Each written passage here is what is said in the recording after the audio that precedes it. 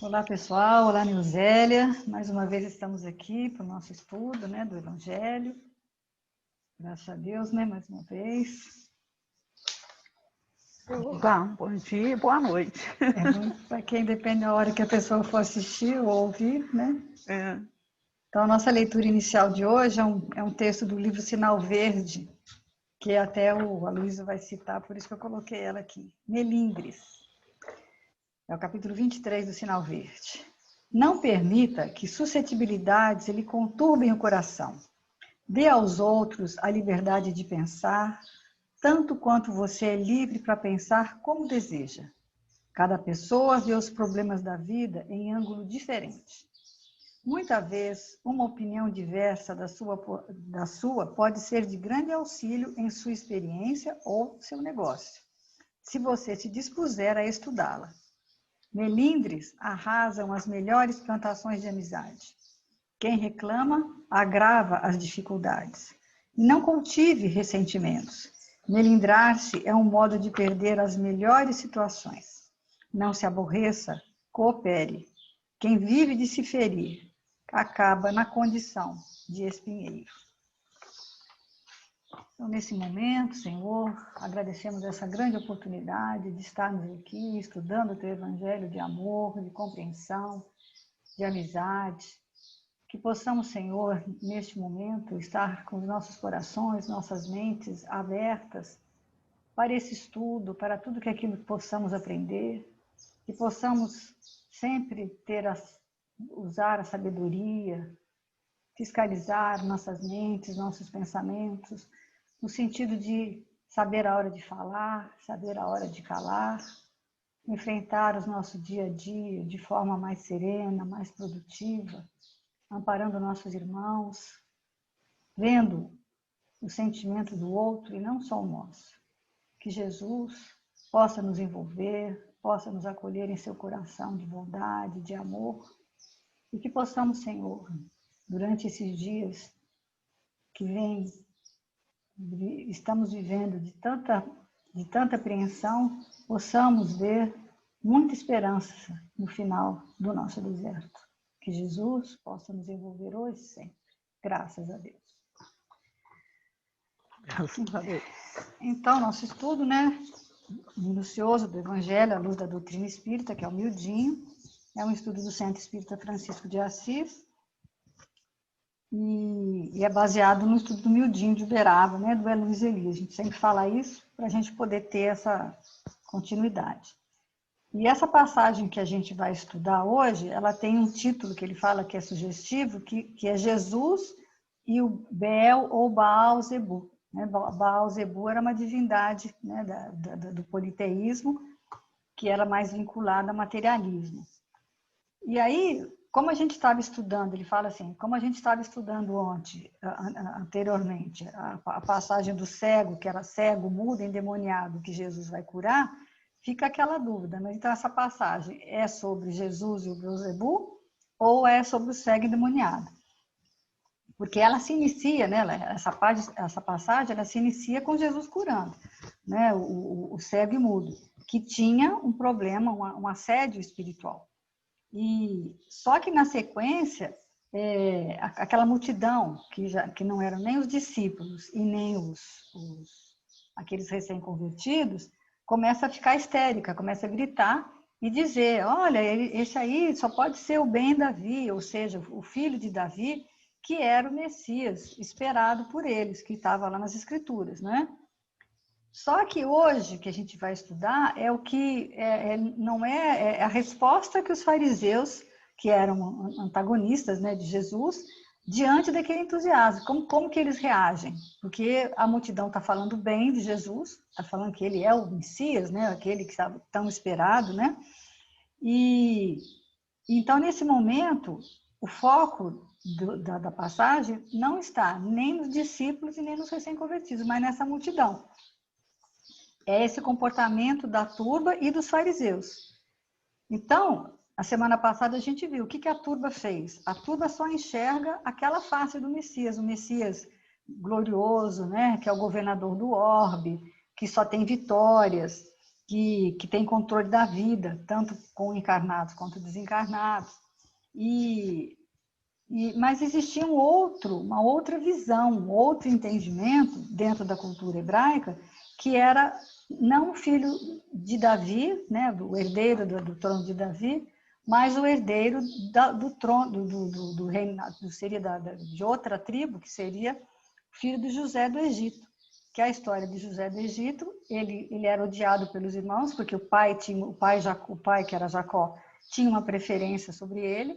Os irmãos, com ciúme, jogam ele num buraco, ele fica lá, e é dado como morto. Os próprios irmãos acham que ele morreu, que jogam ele lá no deserto, mas ele é capturado pelos egípcios e é levado, e lá no Egito ele vira rei. E depois, no final, ele é perseguido, ele é ferido, ele é aprisionado, ele é feito escravo e vira servo de todos. Então, ele representa, o Davi, né, o filho de Davi, representa aquele que vai ser servido.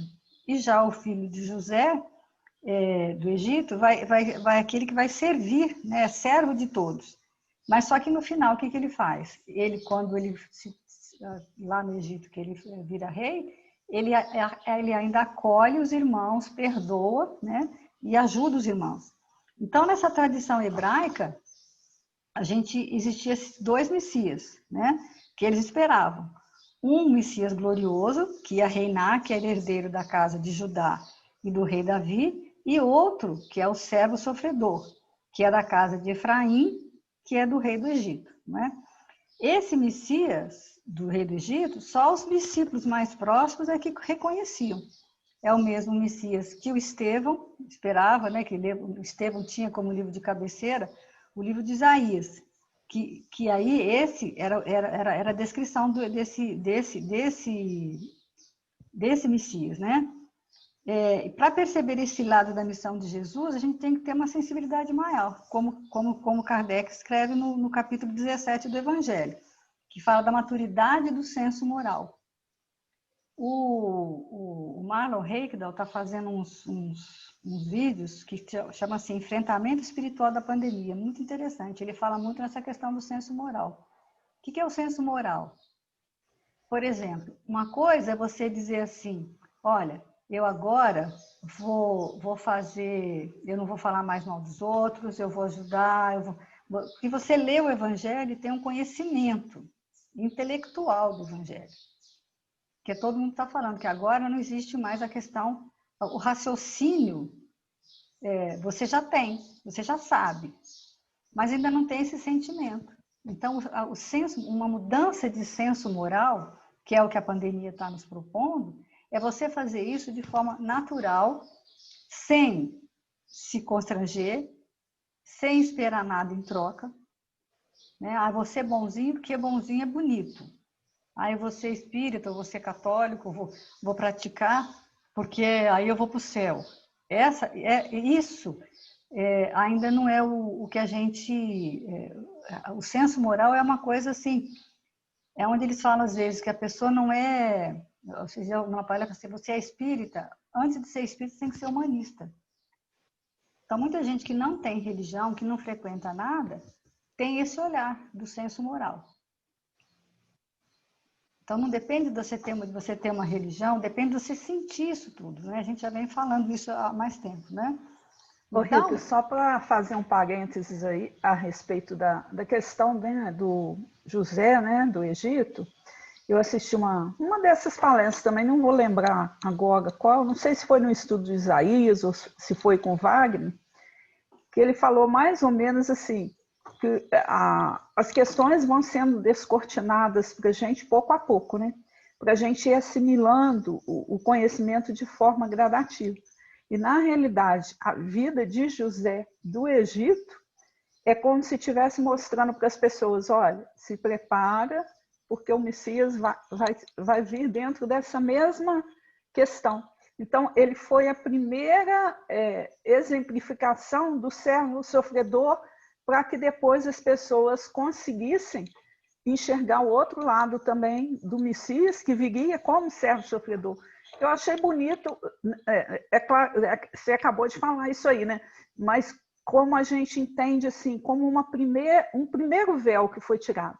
Então você vai amadurecendo a ideia de que o Messias seria o servo, né? Muito interessante. O que acontece? Se ele é o servo e vai ser perseguido, o que vai acontecer nesse versículo agora, que é o que ele fala? É perseguição, né? Que é o versículo, vai dizer, ó, é o versículo 12, 24. Mas tendo ouvido isso, os fariseus disseram, ele não expulsa os daimones, senão por Beelzebul, o chefe dos daimones, né? Então ele está dizendo que ele não é aquele Messias, né? Porque se ele consegue expulsar demônios, é porque ele tem intimidade com eles, né? Porque os fariseus têm isso, como eles não gostam de Jesus, eles não aceitam que a multidão fale bem dele. Ele quer que fale mal. E aí, então, eles vão vincular aquela cura não a uma coisa boa, mas a uma coisa ruim, né? É como se eles fossem o chefe dos demônios, né? Porque na ideia, no politeísmo, né? Essa divindade era ligada ao comércio, à atividade empresarial, né? Os povos lá que ele fala lá, de Tiro, Sidon e Bíblios eram grandes mercadores, né? Empresários. E ele vai representar esse Deus do negócio, da prática financeira e da horizontalidade, dos interesses mais práticos, né? Então, eles são, um exemplo, né? Eles são um exemplo do quê? De espíritos desencarnados, né? Que são mal intencionados, que trabalham em favor do mal. Todos nós temos, assim, ele fala, né? Que todo mundo tem um lado demoníaco. E é engraçado que ontem, na nossa leitura lá do asilo, né? Da que a gente faz todo dia, saiu justamente isso, para a gente tomar cuidado de perceber se o pensamento, porque a gente fala que na doutrina não tem demônio, mas a doutrina fala para a gente o seguinte, toma cuidado, vê o que você está pensando. Foi a leitura de ontem, né? Presta atenção, o que você está pensando é seu mesmo? É uma ideia sua ou é alguma coisa que está no ar? Você está captando pensamentos? Porque dependendo do ambiente que você está, você pode estar captando pensamentos que não são necessariamente seus, mas que de forma sutil você absorve aquilo e passa a falar como se fosse seu. Passa, né, você leva aquilo adiante, né? Então, todo mundo tem esse diabo interno, e aí, se ele se afinizar com aqueles pensamentos, é o que você vai exteriorizar, né? Então, onde a gente vai estudar, ele fala, né, duas palavras indigestas, né? Que é o quê? Ouvir, né, ouvido e disseram, né? Porque é como ele fala, é como se enfrentar um dragão interno. Por quê? Quando a gente associa, quando você diz, eu ouvi e disse. E eu pensei assim na hora, ouvir não necessariamente que alguém te falou.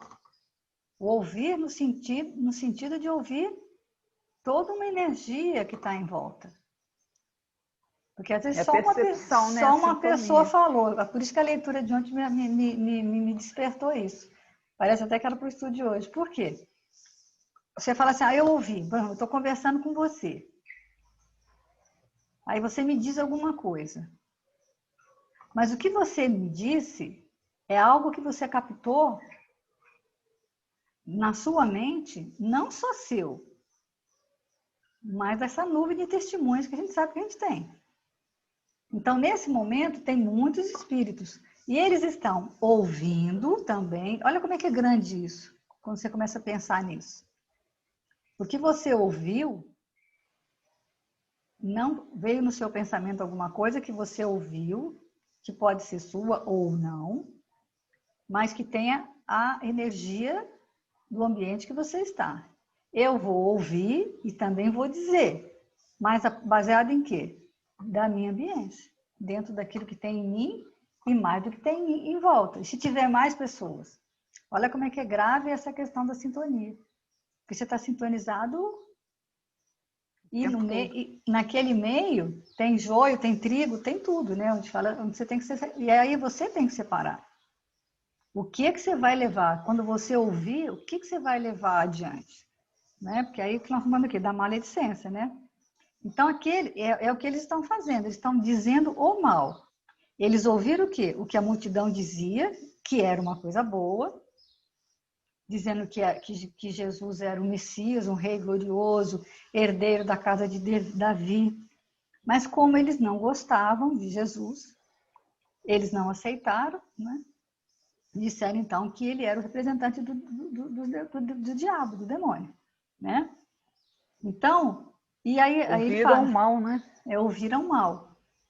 E é onde, dentro desse contexto, o diabo passou a ser a representação, né? Dentro do contexto histórico, aquele Beelzebub virou realmente o Satanás para nós, né? Na cultura. E então, quando você tem que tomar muito cuidado, né? Quando você ouve, né? Porque a boca fala que o coração está cheio. E a gente enche o coração com o quê? Com aquilo que a gente ouviu, né? Então, ele fala, entra pelo ouvido, tudo que a gente ouve, né? Entra pelo ouvido, e aí a gente tem que pensar no ouvido espiritual também, não só no ouvido, que são dois, mas um ouvido que acho que... Né, o que você ouviu, o que você... Aí passou para quê? Para o seu sentimento, e é esse sentimento que você vai exteriorizar pela boca, né? Aí ele vai falar do livro Pensamento e Vida, que é realmente um livro que é uma cartilha, né? No começo do livro fala exatamente isso, que é uma cartilha que é usada no plano espiritual como um roteiro para o espírito utilizar durante a sua encarnação, para ele trazer uma certa lembrança disso. E então eles passam essa cartilha que também serve para nós, porque na realidade nós estamos sempre em viagem, seja encarnados ou desencarnados, ou estamos vindo para cá ou indo para lá, depende do lado que você está, né? Então essa cartilha serve para todos nós, né? Quer ler do Espelho da Vida? Não estou com ele, não. Não peguei ele, não. Peguei só o sinal verde, palavras de terra. Então vou ler aqui, ó. Bom, para quem leu Pensamento e Vida, a primeira frase acho que fica muito marcada, porque é uma coisa que ele vai falar durante o estudo, que algumas coisas que as pessoas te falam, fica gravada, né? Eu não sei se eu já contei aqui dentro do estudo, eu tenho uma frase que a minha mãe falou para mim quando eu tinha uns 8 anos de idade, que ela me tirou, me jogou no cantinho, assim, me tirou, estava com muitos problemas, estava numa situação de escola que eu não conseguia fazer, alguma coisa boba de escola que eu não conseguia fazer o trabalho, esse trabalho que a professora pede, né, difícil de fazer, que a criança não tem competência para fazer, acho que devia ser alguma maquete, qualquer coisa, minha mãe não ajudava não, eu tinha que fazer mesmo. E aí eu não conseguia, aí ela fiquei nervosa, já era de noite, aí ela me levou para um cantinho e falou assim, aqui, deixa eu só te perguntar uma coisa, que minha mãe é uma pessoa muito humilde, muito simples, você vai morrer disso? Essa é uma história que eu já contei, talvez até já tenha contado aqui no estudo, mas é uma coisa que eu estou com, fiz 65 anos essa semana. Gente, eu toda hora, isso vem na minha mente, ficou gravado. Você vai morrer disso? Então, quando você coloca problemas, às vezes o problema é grande, mas a gente aumenta ele. E agora que eu sou espírita, se eu morrer também, eu sei que eu não vou morrer, porque a morte, né, quer dizer, não existe entre termos, né? A morte do corpo físico existe, né? Até tem um estudo, acho que do Marro, que fala isso, que a gente fala que a morte não existe. Existe, sim. A morte existe do corpo físico. A gente morre todo dia um pouco. Para quê? Para nascer uma pessoa nova, para o espírito renovar. Né? Então, tem hora que a gente pensa, então tem coisas que ficam realmente marcadas. Então ele começa assim, ó, a mente é o espelho da vida em toda parte. Isso é uma frase muito marcante que fica dentro do livro. Acho que é a frase que inicia, né, o primeiro capítulo. E aí você tem que, se você lê isso, já é tanta responsabilidade, né? É o princípio de uma cartilha. Olha como é que isso é profundo. Então ele fala assim, tudo se desloca e renova sobre os princípios de interdependência e repercussão. É igual a luz no espelho, né? Ela bate e volta. Então, como hoje nós estamos falando de som, né? O eco, ele reverbera. Quando ele encontra um obstáculo, ele volta. Então, tudo que a gente diz, tudo que nós vamos dizer, vai provocar o quê? Uma emoção no outro. Essa emoção gera uma ideia naquela pessoa, E esse pensamento vai tomar uma forma, em forma sonora, né, na resposta que ela vai te oferecer. Então, por exemplo, às vezes tem uma coisa boba, por exemplo, se eu falar para você assim, aqui em casa tem um muro. Na sua mente, nesse momento, ou na mente de qualquer pessoa que ouviu, tem um muro. Você já desenhou um muro na sua coisa. Pode ser um muro grande, alto ou baixo. Cada um vai desenhar na sua mente, vai acolher o muro que lhe deu.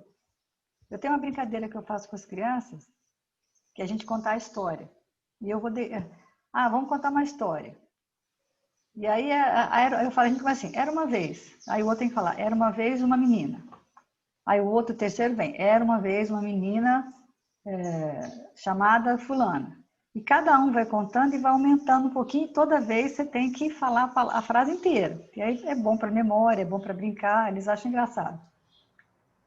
Mas geralmente no final eu faço uma reflexão com eles. Tá? Como é que era a sua menina? Sabe? Aí assim, a minha era loura, porque às vezes você não deu essa característica durante a coisa. A minha era grande, a minha era gordinha, a minha era magrinha. Cada um acolheu aquilo de uma forma. E são às vezes são 5, 6, 7 pessoas que a gente está fazendo a brincadeira, que é legal fazer com mais gente, com mais pessoas.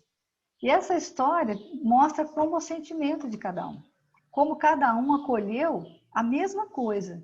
Então eu falei o muro, mas o seu muro pode ser verde, pode ser azul, pode ser amarelo, pode ser marrom.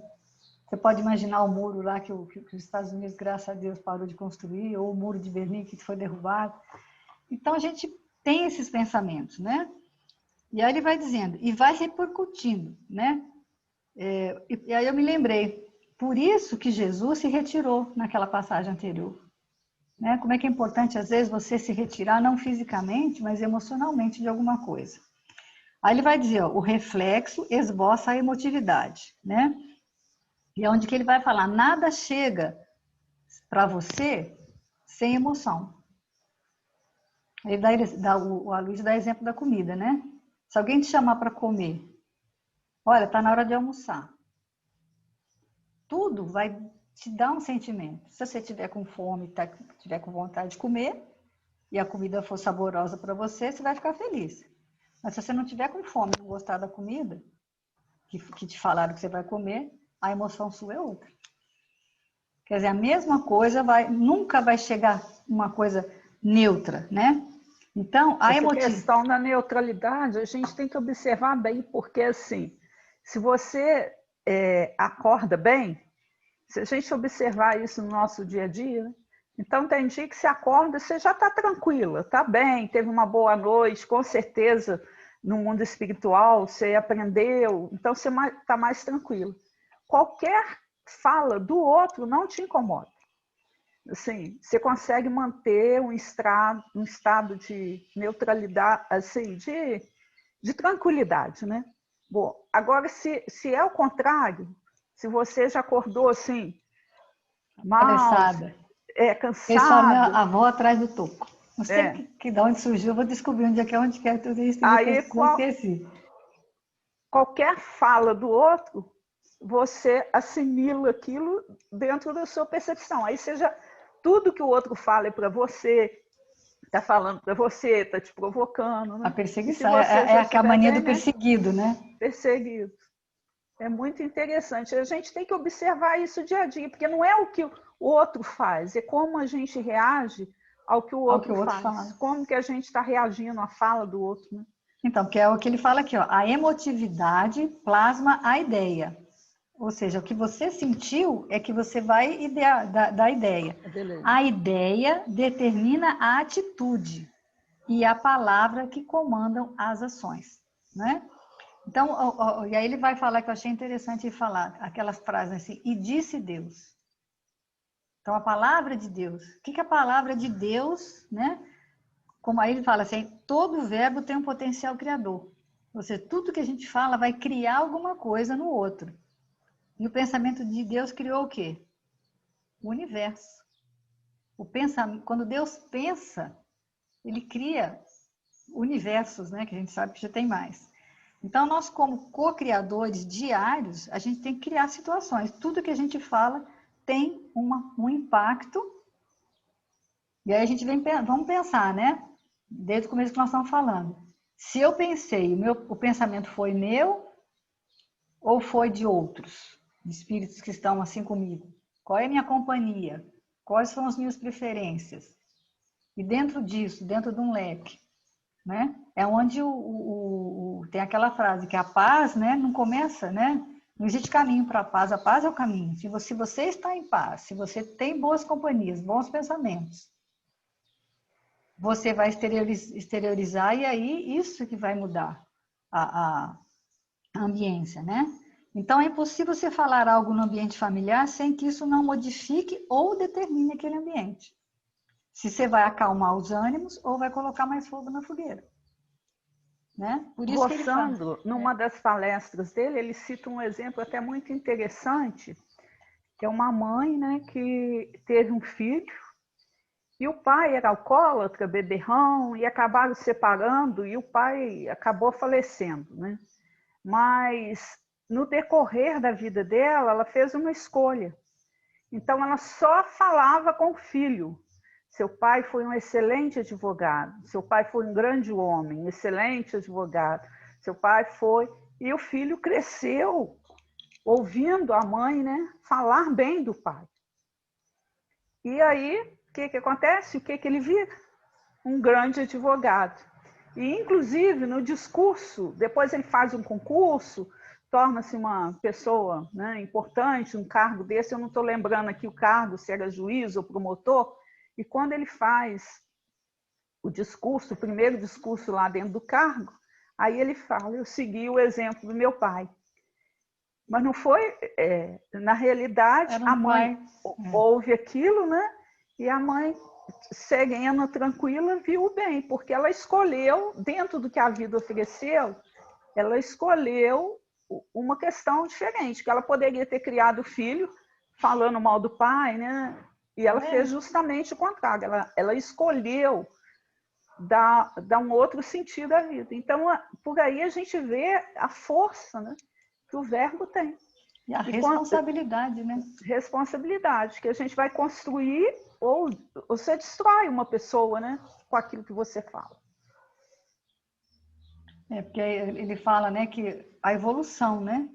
Dentro da evolução, né, como que a gente aprende, como veio, né, a evolução da palavra, que é o grunhido virou um fonema, o fonema vira sílaba, a sílaba vira palavra, e aí essa palavra vai ter um sentido, né, vindo, aí vem a semântica, né, semântica que dá um sentido à palavra. E a gente tem que ter consciência disso, que a gente pode falar às vezes a mesma palavra, tem aquele estudo daquele, acho que é japonês, não sei, que ele fala amor para a água, né?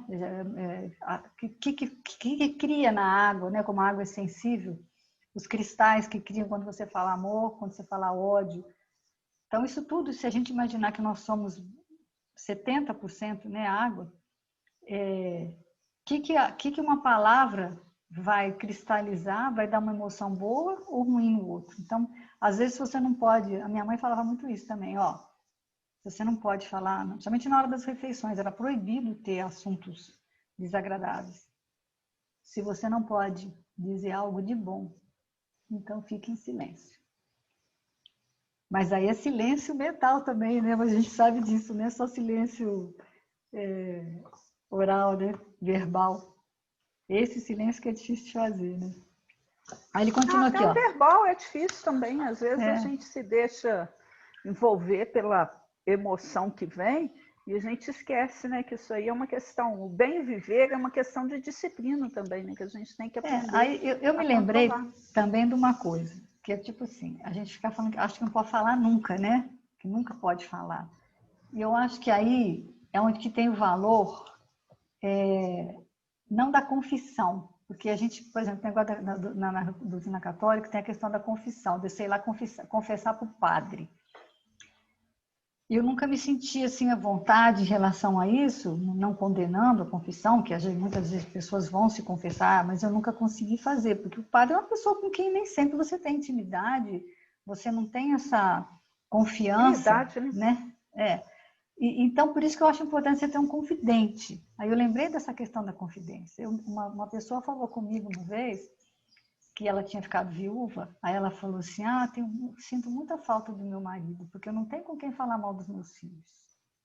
Entendeu? Por quê? Porque era uma pessoa com quem ela podia falar, não falar mal, mas desabafar sobre aquilo e sabia, tinha confiança que ele não ia sair, não ia virar uma fofoca, porque uma coisa é você falar. Então, eu fui até procurar, porque a confidência significa uma comunicação secreta, uma intimidade, um segredo confiado. Tem uma música do Fala Mansa que chama Confidência. O texto é assim, o final do refrão. Flutuou nos meus braços, mudou os meus planos e nossos segredos confidenciamos sem hesitar. Então, eu acho que a confidência é importante.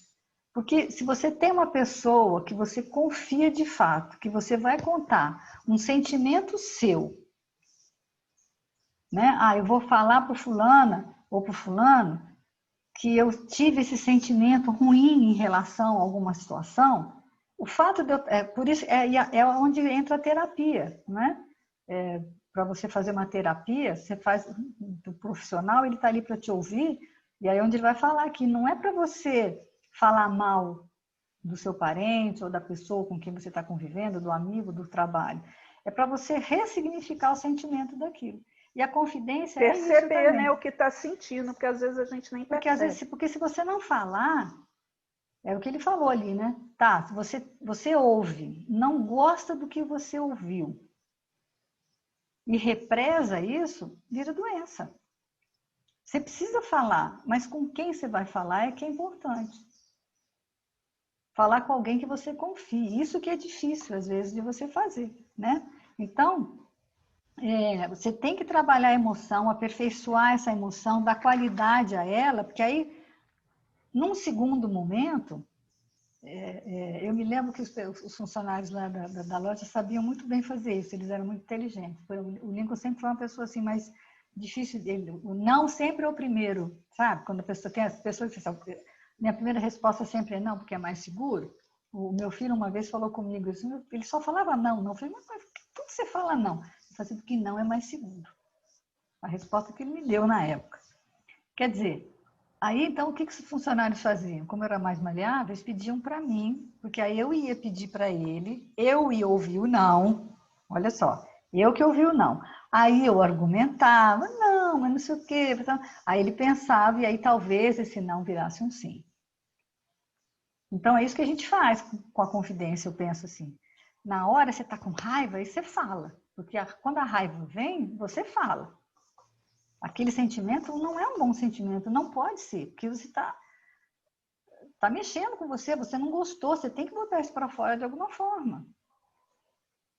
Aí você trabalha aquilo, e aí na hora que você vai estar com aquela pessoa realmente, você consegue pelo menos engolir um pouco, não é? Então, eu acho que é o que eles falam, né? Lá em Dessa questão. Mateus também, Rita, 18:15, eu achei muito interessante, porque fala assim, olha, se o teu irmão pecar contra ti, vai ergui-lo entre ti e ele só. Se ele te ouvir, ganhastes o teu irmão. Porque uma coisa também que a gente, ela vai adquirir uma proporção de fofoca, porque às vezes a mágoa é com determinada pessoa, num diálogo, aí saiu faísca daquele diálogo. Aí, o que a gente faz de errado? A gente vai tentar resolver essa questão com um terceiro que não fez parte da história, ele não tem entendimento do que aconteceu, porque aí ele vai captar de acordo com aquilo que eu falar. E às vezes ele tem simpatia por mim e não tem pelo outro. Então a questão se agrava. Então é uma coisa que isso eu tenho desenvolvido muito aqui em casa até, porque às vezes os meninos vêm falar alguma coisa do Jorge, ou vai falar alguma coisa de mim. O problema é com quem? É com ele? Então, vá resolver com ele. Então, é extremamente importante, né, que a gente consiga fazer isso também. se você está com uma dificuldade com aquela pessoa, vai, senta com paciência. Às vezes nem é naquele momento, né, que aconteceu, porque os dois, né, já estão mais alterados, mas espera passar um pouco, serena, mas vai e tenta resolver, né, através de um diálogo sadio, desse entendimento maior que a gente precisa ter, né? Porque às vezes fica uma relação, tem que tomar cuidado com a infantilidade dentro da relação, porque a gente vê isso muito acontecer com criança. Por exemplo, tem dois, vamos simular assim, dois irmãos, né? Duas crianças que brincam juntas e fica lá, tal. E isso eu falo que eu já vi acontecer. E aí eles se dão bem, brincam normalmente e tal. Aí vem um amiguinho visitar. Vamos dizer que vem um amiguinho, né? E aí, geralmente tem uma coisa assim, um irmão um pouco mais velho, ou ele é mais dominante, ele que manda. Sempre tem uma relação, alguém que é mais dominante. Isso é fato que existe. Dentro de uma relação, um é mais dominante que o outro, em algum aspecto ou em outro. Então, eles estão lá, estão brincando normalmente. Vem um terceiro, um amiguinho de fora, que começa a ver a relação deles ali de outro aspecto. E aí, o que ela faz? Toma partido. De um ou de outro. E aí, aquele que era amigo, que era irmão, que estava acomodado naquela situação, que vivia bem com o outro, começa a falar, é aquele, né? É o diabinho, né? Ah, tá vendo? Entendeu? E aí, esse, sem nem saber, e até nem sem maldade, começa a criar um clima de discórdia, que antes não existia. É bom também, porque também você começa a ter um outro olhar. Mas se você agir de forma infantil em relação a isso, se você for uma criança espiritual e não amadurecer, que tem que ter uma mudança, mas que não precisa ser com guerra, nem com briga, pode ser com diálogo, essa criação desse senso moral que a gente falou no começo, que a gente tem que ter dentro de uma relação de 2 ou 3 pessoas, ou 4 ou 5. Porque senão vira a gente vai você não pode deixar interferir a ponto, pode interferir, até deve, mas de uma forma saudável, né? Aí ele vai trabalhar no Livro dos Espíritos a questão 557, bênçãos e maldições. Podem a bênção e a maldição atrair o bem e o mal para aquele sobre quem são lançadas? Quer dizer, se você encontra alguém que eu não gosto e falo mal dela, ela vai adoecer? Ou se eu encontrar alguém que está mal e falar, não, você está maravilhosa, você está bem, ela vai melhorar? Ela vai sair dessa tristeza? Aí a resposta, Deus não escuta a maldição injusta. Ou seja, quando alguém fala o mal, só quem vai escutar o maldito é aquele que acolher. Se você acolher, seja o mal ou o bem, né? O mal não existe para Deus, é uma condição momentânea da evolução. Que é onde que fala, né? Que o mal é a ausência do bem. O mal não existe para Deus. Então, Deus não escuta a maldição injusta e o culpado perante ele se torna o que profere. Quer dizer, quando alguém usa de más palavras, é um problema maior para quem falou do que para quem ouviu. Só que é o seguinte, quando você fala, até que você fale, é problema seu. Quando o outro acolhe, já é problema dos dois, né? Como temos os dois gênios opostos, o bem e o mal, pode a maldição exercer momentaneamente influência mesmo sobre a matéria, né? É o eletromagnetismo. Nós assimilamos as ondas eletromagnéticas e emanações fluídicas derivadas da maldição ou não. Se você assimila, se você recebe, né? Quando a gente abre o coração e acolhe, gera o quê? A sintonia, a ressonância, e aí vai se tornar um problema para as duas pessoas. E aí ele fala que é por isso que o amor acorrenta, o ódio acorrenta e o amor liberta, né? Então, se você sente ódio por alguém, ele não sai do seu pensamento. Por isso que acorrenta. Se você ama alguém, você fica dias sem pensar nela, às vezes, de repente vem um pensamento bom por ela, tudo bem. Mas aquele que você odeia, você pode ver que a pessoa que tem ódio, ela que vai perseguir, ela fica o tempo todo, aquilo fica... É uma obsessão, né? O ódio, por isso que o ódio é corrosivo.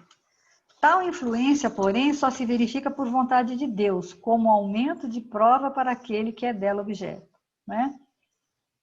Então, ele fala assim, por que a espiritualidade não permite que a pessoa fale? Né? Para quê? Para servir de teste para você, é didático pedagógico. Eu achei interessante ele falar, Deus não corrige boca, educa ouvidos. Educa ouvidos. Né? Então, quer não, dizer, e Deus olha para a gente assim, com as questões, né, que ele fala, não, aquela ali é uma criança, isso tudo, achei muito interessante isso, né? E a gente você não vê a infantilidade do outro, né? A gente quer que o outro tenha a maturidade que a gente não tem. Agora, Deus não, ele entende esse processo e fala, né? É uma criança espiritual. E aí a gente tem que aprender também a olhar com esse olhar, né? É isso que é não difícil chegou a gente lá, mas vai né? chegar. Ele ainda vai chegar onde eu estou, mas eu também preciso avançar ainda.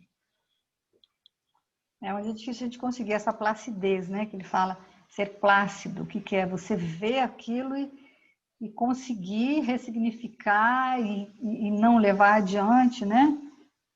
Aí ele fala, eu achei interessante ele falar, né? Que o ouvido do espírita cristão, né?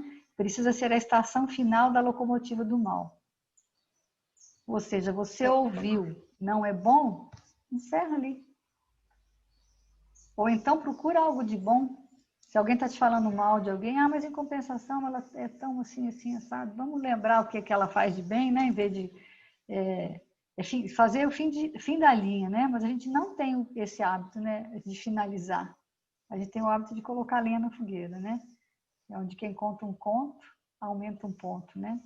E vira uma bela... Casimiro Cunha tem um versinho tão bonitinho que ele fala, né? A palavra que retens é tua serva querida, mas aquela que te foge é dona da tua vida, né? É isso que você acabou de falar ali. Quer dizer, enquanto você não fala, a coisa está sob seu controle, né? Mas a partir do momento que você falou, vai ser questão da bênção, da maldição aí, né? O que você vai despertar no outro, qual tipo de assimilação que ele vai ter, né? Então a gente tem que ter uma esse figura cuidado, que a gente né? usa muito na evangelização, que é a questão de pregar prego, né? Quando você fala, eles falam Na tábua, né? Pegar prego, aí você tira. Mas você pode até tirar o prego, mas as marcas ficam ali. Então a gente tem que ter cuidado, né? Que é justamente o Fonte Viva aqui. As leituras de hoje estão assim bem interessantes, né?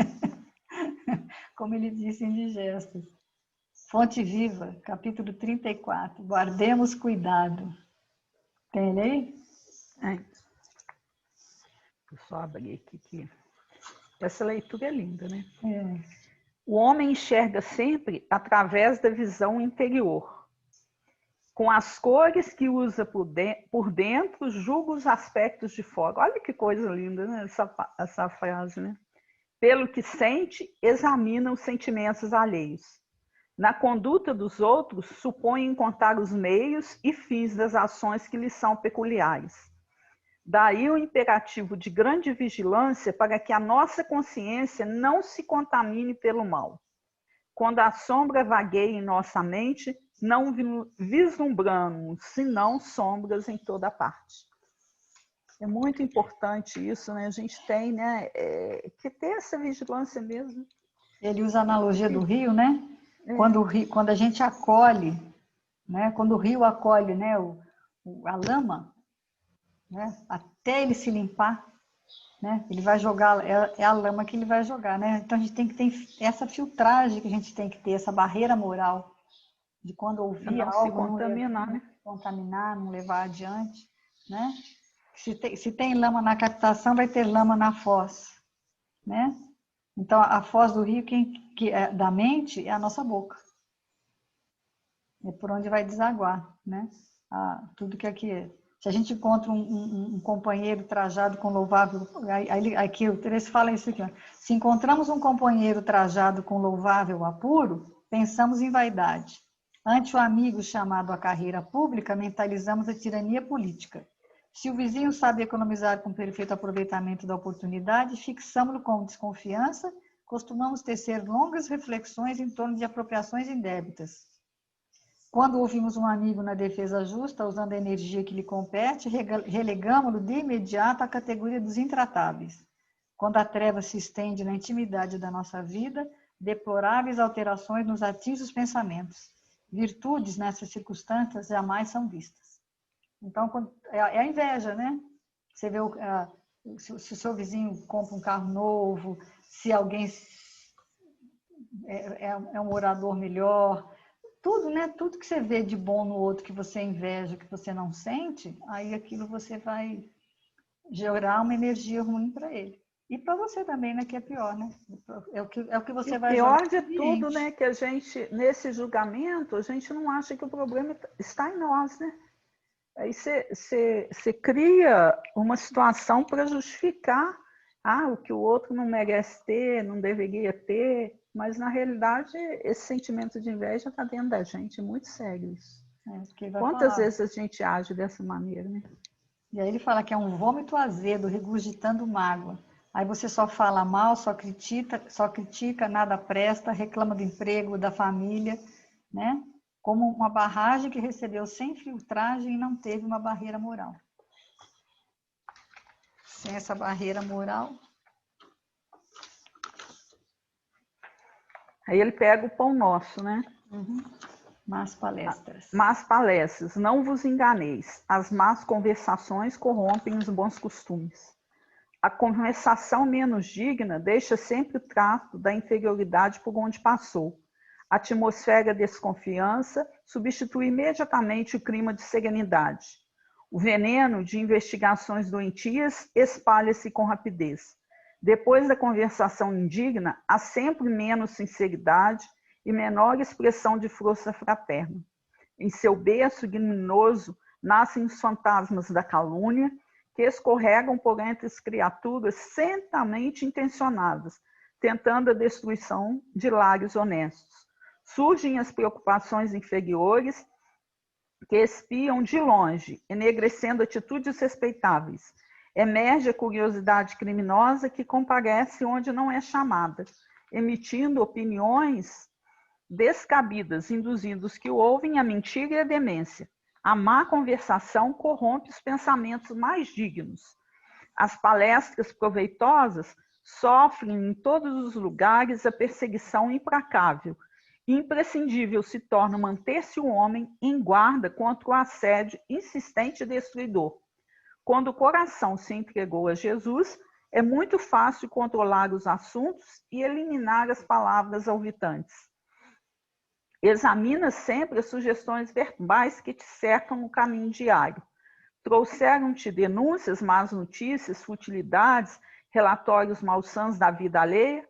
Observa como ages. Em todas as ocasiões, há recurso para retificares amorosamente, porquanto pode-se renovar todo esse material em Jesus Cristo. Então, quer dizer, se a gente já tem Jesus, a gente vai conseguir converter tudo que nos chega, né, de uma forma positiva, com entendimento, né, com compreensão, né? Quando a gente já se entregou a ele, né? Mas quando onde ele fala que você tem que ter um método, né? Você tem que ter um planejamento dentro da sua mente. Se você ainda tem essa reação, você ainda tem esse instinto, que é normal, esse instinto é normal, é da nossa natureza, né? De estar se contaminando com essa lama verbal, né? É um costume até da sociedade, né? O homem se transformou nessa pessoa ressequida. Nessa época, por exemplo, você vê que as pessoas não conseguem, não tem esse barulho que existe na sociedade, né? Para distrair mesmo, para tirar a gente do foco. Porque hoje em dia, o que muitas palestras estão falando é o seguinte, que vai ser cobrado o quê nosso? Foco, que é uma coisa que a gente não tem. Porque a própria tecnologia tira o foco.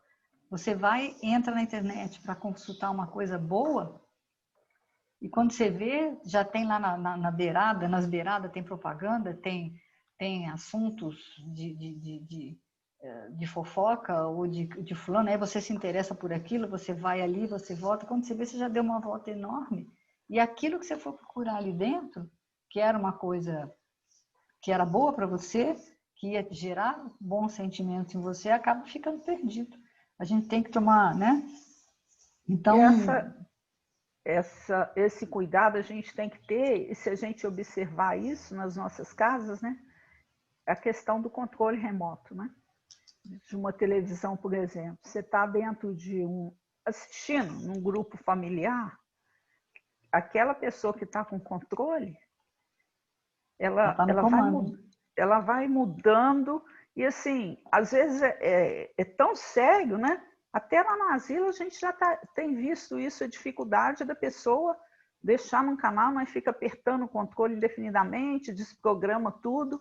Mas por quê? Aquela ansiedade de estar buscando uma coisa fora. E até mesmo no noticiário, você escolhe foca ali no momento presente, naquilo que você está fazendo. É onde o Marlon fala nessa questão de planejamento, nesse estudo que ele está fazendo, né, do enfrentamento espiritual da pandemia, ele fala para você fazer 3 coisas. Uma meditação, nem que seja de 15 minutos, né? Você tem um momento, aquele momento que você faz um momento, né, interior, de você se interiorizar, de ir para dentro, né, que é a proposta hoje em dia, né, da pandemia, né, da gente estar fazendo um momento de concentração, fazer uma leitura do Evangelho, né, porque aí quando você está concentrado, você está focado em si mesmo, vai para dentro, se interioriza. Aí você faz aquela leitura, e aquela leitura vai ter um momento, vai ter uma leitura, você vai captar melhor ela, e depois você fazer uma prece. São 3 momentos. Quer dizer, é um planejamento que você simples, que você pode fazer 5 minutos, que em meia hora você faz isso, vamos dizer isso. Entendeu? 15 minutos de meditação, 15 minutos de leitura e 2 minutos de prece, ou 3, no máximo. Entendeu? Quer dizer, diariamente, um dia de 24 horas, você não pode fazer isso? E como isso pode melhorar esse seu foco, essa sua vigilância, essa sua condição humana de não reagir, de não estar no meio da multidão, como se você estivesse numa boiada, solta. Porque isso está muito perigoso hoje em dia, né? Então, ele fala assim, quando os fariseus ouviram a multidão gritando, filho de Davi, se eles tivessem escutado e avaliado os seus sentimentos, eles iam respirar fundo, iam perceber que aquilo era inveja, que era despeito, ficariam com vergonha e saberiam que tudo que falassem estaria impregnado de inveja e despeito. Mas eles não tiveram esse cuidado, né? Por isso que eles disseram que Jesus era o filho do diabo. Então, quando a gente tem o evangelho, nós podemos não querer fazer. E aí é mais fácil, é o que diz Emmanuel, né? Que é fácil. É o método. Se for difícil fazer, você procurar um profissional, fazer uma terapia, né? E fazer aquele autoexame de Santo Agostinho, né? Todo dia. Todo dia. Todo dia. O problema é que a gente faz isso uma vez no ano, né? Lá, mal feito ainda, né? Chega lá no final do ano, fala, o que eu vou fazer no ano que vem? Eu acho que nós estamos em janeiro, ninguém lembra mais o que prometeu no Réveillon. Tem 30 dias, né? Nem 30, tem 24 dias hoje que nós fizemos. Quais as promessas que você fez? Você já esqueceu, né? Fonte Viva, capítulo 151, maledicência. Irmãos, não faleis mal uns dos outros. Quem fala mal de um irmão, fala mal da lei e julga a lei. E se te julgas a lei, já não és observador da lei, mas o juiz. Está lá em Tiago, né? Quando você fala mal de alguém, você está falando mal de Deus, porque é da criatura humana. Ele dá o exemplo, né? Se você vai lá olhar o quadro da Mona Lisa, da Mona Lisa e falar, mas que coisa mais sem graça isso, né? Não, é feio, não gostei, é escura, é uma imagem assim, né? Você está falando mal dela, da pintura? Não, você está falando mal do Leonardo. Leonardo da Vinci que pintou, então você não está falando mal de qualquer um. Então, se você está falando mal de um irmão seu, você está dizendo o quê? Que Deus é incompetente. Que Deus é incompetente. Aí fala assim, falar mal, na legítima significação, será render homenagem aos instintos inferiores, renunciar ao título de cooperador de Deus para ser crítico de suas obras. Né? Aí ele dá um exemplo muito simples, né? Você abre a janela, hoje, por exemplo, né? Vamos dizer, você abre a janela, você tem duas opções. Ou você fala assim, ai, que dia lindo, maravilhoso, olha o sol, que maravilha. Ou então você pensa assim, nossa senhora, vai fazer um calor hoje infernal, meu Deus, que coisa, hein? Olha só, você está criticando quem? O tempo? Não, você está criticando Deus, né? A obra dele, né? Então, é o mesmo E o princípio, tempo né? todo, quando a gente se queixa, a gente está criticando a obra, né? Falar que o mundo está difícil, da questão da vacina. Eu gostei muito do estudo do Marlon, quando ele falou assim, você está procurando a cura da pandemia, o quê? Numa vacina de fora? Ele usa essa expressão. Né? Como que você vai buscar, Qual né? que é a verdadeira cura? Qual que Qual é que a é a cura? verdadeira cura? O que você precisa disso? Né? Como que você precisa encarar essa pandemia? Não é uma vacina de fora que vai trazer a sua saúde, né? É o quanto a gente precisa estar vacinado por dentro. É a cura psíquica, né? Como observamos, a maledicência é um tóxico sutil que pode conduzir o discípulo a imensos disparates. Quem sorva semelhante veneno é, acima de tudo, servo da tolice, mas sabemos igualmente que muitos desses tolos estão a um passo de grandes desventuras íntimas, né? Então, quando quem se vicia a falar, ele vai falar, quem se vicia a falar mal está tão habituado que age mal, que quando encontra alguém que age no bem, fala mal assim mesmo. É o que os fariseus fizeram, né? Aí a maledicência vira calúnia. Quando você vê alguém fazendo bem e começa a falar mal dele também, vendo um lado ruim daquilo, buscando uma coisa ruim naquilo, aí você já viu, né? Aí todo mundo tem essa questão, né? Então tem que tomar cuidado para não virar uma prática automática. Que sem perceber você já está falando mal. Tem gente que só fala mal. O Emmanuel Sutil, fala né? uma coisa. É um tóxico sutil, vem devagarzinho se filtrando, né? E aí, por exemplo, às vezes o Emmanuel fala, tem uma frase do Emmanuel que fala assim: se de repente você perceber que uma pessoa com quem você sempre conversava, que o assunto batia, que você tinha intimidade, que era gostoso falar com ela, e de repente você percebe que não tem mais, é porque uma das duas evoluiu. E aí ele não fala necessariamente foi você. Eu acho interessante essa parte assim: um de vocês evoluiu. Porque se vocês faziam fofoca, fofoca, fofoca, aí você tem que ficar atento, porque, tipo assim, às vezes você está fazendo a fofoca, você tem muito que se colocar É no o lugar, outro, né? porque você sempre se coloca no lugar bom, né? Não, eu que parei de fazer a fofoca. Mas, de repente, será que é você mesmo? Será que você está fazendo a fofoca e o outro não está Tendo recebendo paciência para te para ouvir. te ouvir? O outro não está levando adiante? O outro está encerrando a estação que o Chico falou? Quem que vai encerrar? É você ou o outro? Você Então, é o ou sinal que o quê? Alguém evoluiu. Mas ele não diz quem. Por isso que eu acho interessante, né? Então, e aí que ele fala que normalmente nós caímos no buraco que apontamos que o outro tinha caído. Então, você acusa o outro de ter feito uma coisa e em seguida você faz a mesma coisa, né? Então, a gente tem que educar, né, os nossos ouvidos para que as nossas bocas sejam benditas e saibam abençoar mais do que amaldiçoar. Até que um dia a gente não amaldiçoe mais, né? no livro Sinal Verde, também, num capítulo chamado Assuntos do Tempo, ele fala o seguinte, o André Luiz: quem dispõe de tempo para conversar sem necessidade, achei isso aí pesado, hein? Né? Pode claramente matricular-se em qualquer escola a fim de aperfeiçoar-se em conhecimento superior. Quer dizer, se está sobrando tempo para conversar sem necessidade, e nada que seja proveitoso, né? Use esse tempo para você fazer uma boa leitura, uma oração, uma meditação, porque isso sim serão situações que vão te ajudar no processo, né, evolutivo. A gente está chegando no No horário. horário. Eu tenho só mais um texto, que é um texto que era meio grande, eu vou só falar um pouquinho dele, que é do livro Falando a Terra, capítulo chama Notícias, porque eu achei interessante que ele leva isso um pouco mais além, na questão que trata do vínculo que a gente mantém com a matéria após a desencarnação. E a gente está pensando muito, nós falamos muito o tempo todo no momento que nós estamos encarnados.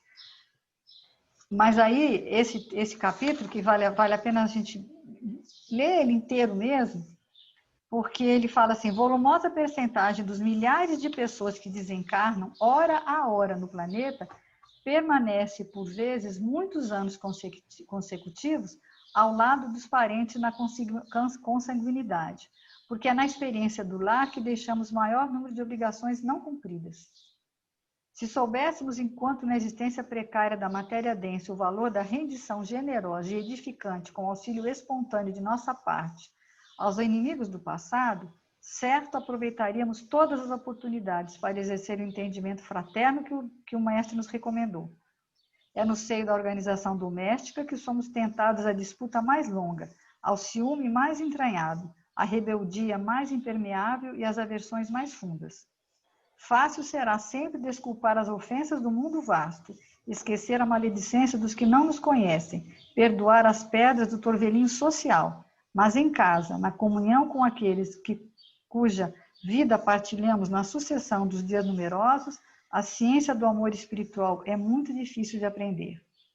Os raros homens e mulheres que se ausentam do mundo, conservando uma consciência tranquila para com parentes e afeiçoados, penetram de imediato em missões mais amplas, no auxílio da humanidade. Em se tratando, porém, de espíritos que, além de não haverem cumprido os deveres que lhe competem, junto à família consanguínea, se extraviaram ainda em delitos deploráveis, esses, quando acordam para o arrependimento construtivo, são aproveitados na assistência laboriosa a criminosos, junto aos quais encontram um caminho aberto a valiosas intercessões. Ante o irmão que parte na direção da experiência que nos seja desconhecida, façamos, pois, silêncio, quando não seja possível auxiliá-lo com expressões de estímulo, na certeza de que a vida é infinita, de que nossa alma é imortal. Então, ele vai falar nisso. A pessoa desencarnou. E aí você tem que se sentir sempre dos dois lados, porque você está aqui agora, mas daqui a pouco você não vai estar e você não sabe que dia é esse. É onde ele fala assim, cuida para não desencarnar numa má hora. Porque se seu pensamento está ruim, se você está falando mal, se você está com a emoção alterada em relação a qualquer pessoa que seja, é com isso que você vai ficar vinculado. Então, o espírito que desencarnou e não resolveu as questões que ele tinha para resolver, ele vai ficar vinculado. Então, onde a gente tem essa nuvem de testemunhas, geralmente são espíritos que em outras encarnações a gente não deu conta de resolver com eles aquilo que a gente tinha que resolver aqui. Que aqui é a hora, o momento. O presente é o momento, né? O presente é uma dádiva. E a gente não usa isso. Então, todos os espíritos que não conseguiram resolver vão ficar por aqui. Aqueles que resolveram vão se libertar, vão ter missões mais interessantes. E os que não fizeram vão continuar por aqui, né? E tentando resolver, mas já sem uma capacidade de conseguir. Né? Porque a carne, a proximidade da carne nos traz essa oportunidade. Então, é isso que a gente tem que tentar ver. Nossa hora. Os outros textos a gente coloca na descrição do vídeo, porque essa é uma coisa que ela ensina a gente a fazer, né? Não sei se foi no estudo de hoje, tipo assim, se você tem algum sentimento ruim em relação a isso, qual que é o meu sentimento? Meu sentimento é de revolta, é de ódio, é de quê? Aí você vai lá e pega essa palavra, joga essa palavra nos textos evangélicos. Se você achar 50 títulos, vai ler todos, nem que demore, você lê todos eles, para aquilo transformar a sua emoção numa emoção melhor, você ter uma ressignificação dessa emoção, para que você possa conversar com isso. Né? Como eu falei, inicialmente dentro de uma confidência mais turbulenta, com alguém mais assim, para depois você levar isso para o seu ambiente da convivência mesmo. Né? Porque essas circunstâncias da nossa vida que a gente tem que enxergar como uma coisa importante para a gente fazer. Dentro dessa circunstância que você vive, o que você aprende com ela? Em que isso te melhora? Ainda que seja egoísta, né? Mas você melhorando, você melhora o outro. Você não vai melhorar nunca o outro antes de você melhorar. E exemplo arrasta, né? O primeiro processo é com a gente. O primeiro aprendizado é com a gente. Depois que vai se estender ao outro. Eu vou encerrar com uma prece, mas é um poema do Cassimiro Cunha, que tem muito a ver com o nosso estudo. Vou me permitir a ler, né? Porque é lindo. Então, esse poema vai ser a nossa prece.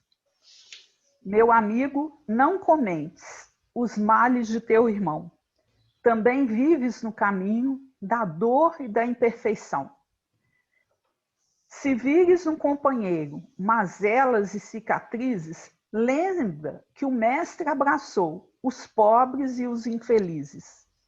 Jesus não veio atender aos caprichos do mais forte, mas consolar sobre a terra as desventuras da sorte. Alguém errou? Guarda calma. Na esfera da opinião, às vezes tudo passa de malícia e incompreensão. Recebe com vigilância quem acuse alguém contigo. Quem fala do mal dos outros não pode ser teu amigo. Quem segue o Divino Mestre em espírito e verdade, conhece mais que a dos outros a própria necessidade. Bendita a boca fraterna, que não vibra ou fala a esmo. Cuidado, o bom julgador julga os outros por si mesmo.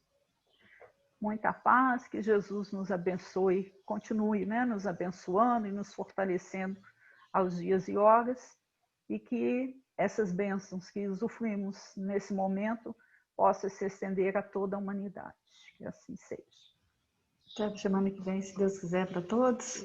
Fiquemos com Deus e com a vacina, graças a Deus, né? Que bom. Que possamos nos vacinar internamente também. Beijos a todos.